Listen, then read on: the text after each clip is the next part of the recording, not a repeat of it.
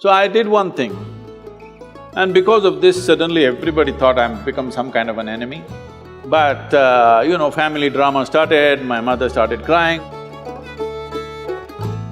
So once a month I went to college just to check if they're keeping their part of the deal. What was aimless wandering, now it's become formidable knowledge.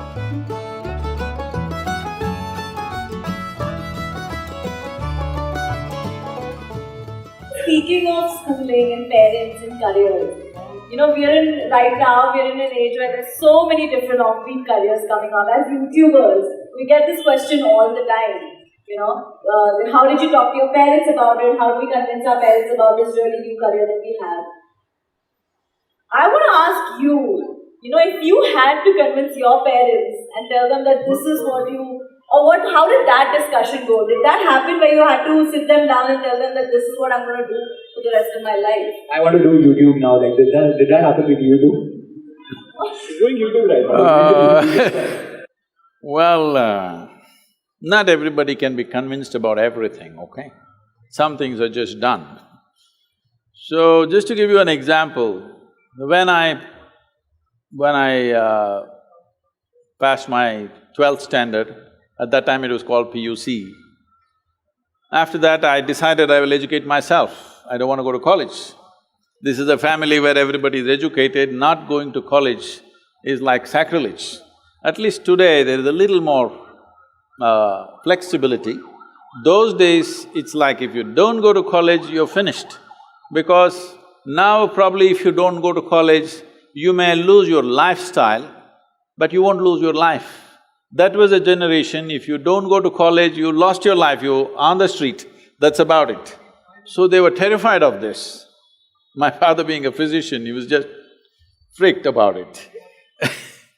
He is a very studious man, all his life, first, second, third in everything that he has done. So he couldn't believe this, that I want to educate myself. So I did one thing, and because of this, suddenly everybody thought I'm become some kind of an enemy. And they were not even talking to me properly.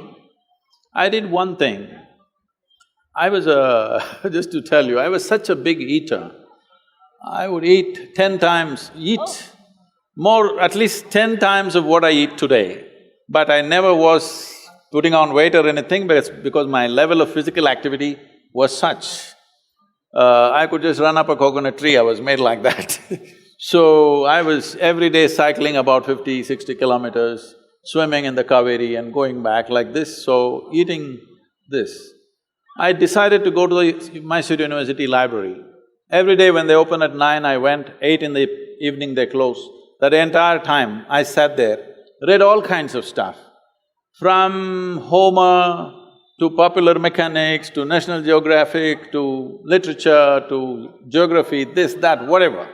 Whatever came my way, every day for 1 year I read like this, just all kinds of things. But the most important thing for me was, though I was such a huge eater at that time, this 1 year I went without a meal. Morning I ate as much as I could, breakfast at home, and I went there and sat there the entire day without a meal, which was a huge achievement for me, because without food I could stay.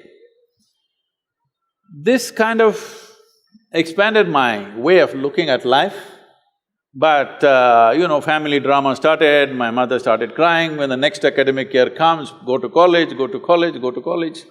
Then I said, if I must go to college, I'll go for literature. My father said, what will you do reading poetry? You must become a doctor. He has seat ready for me in the medical college, everything. I said, no. Then they said, okay, at least do engineering. Then I said, see, if I say I don't want to be a doctor, if you told me become a veterinary doctor, Ayurvedic doctor, at least a witch doctor, I would look at it. If I say no doctor, you say engineer, I'm not going to listen to this. Your problem is society, your problem is not me. So I just went for literature, and these 3 years, I went there in the beginning and they all had ready-made notes, the teachers, they would read. and everybody writing down. Those days fountain pens, kara kara kara kara, it makes noise, it just irritated me. I said, I don't want to listen to this kara kara noise. I gave them a suggestion. If you give that notes wherever you got it, we will photocopy it and give it back to you. We don't have to come, you don't have to come. Then if I'm there, I'll ask 100 questions.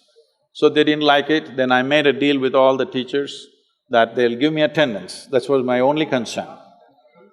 So once a month I went to college just to check if they're keeping their part of the deal. My life is so similar. So I explored the geography of Mysore district in such a way, every village track, every hill that is there, every little bird nest, whatever is there, everything I paid attention, just wandering aimlessly. But today, like when I went for the Rally for Rivers board where all the top experts are there, some questions came up and I just telling them casually, they said, Sadhguru, how do you know all this? I said, what was aimless wandering?